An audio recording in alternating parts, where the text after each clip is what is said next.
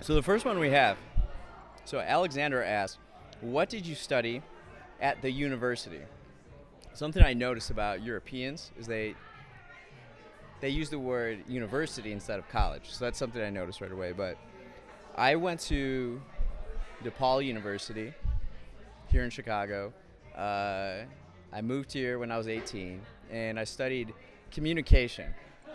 Now, originally, I was enrolled in the College of Commerce, and the way the School of Communication was described to me was business without math. And I thought, sign me up for that instead. And I remember taking like the first quarter calculus. So I took calculus again. I took AP calculus in high school, and I got a 2 on the AP exam. And I remember there was like one last question on this, like, this test that they have. And it was like this sphere or parabola or something. And I think I just wrote like, I'm gonna be honest, I don't know the answer to this. And then I had to retake it, and I aced it, but I didn't want to do math again in college.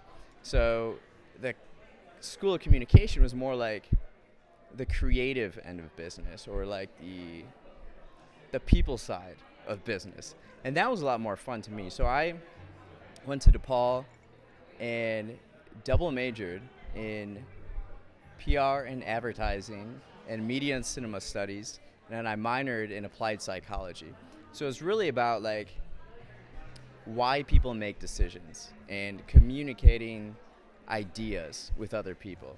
And when you're coming out of college, kind of the rap that like communication majors get is that it's kind of like a BS degree, or it's like easy, and it's not exactly applicable right away. Whereas like if you take accounting, there are jobs that are just like, hey, we need someone in accounting to do this specific thing.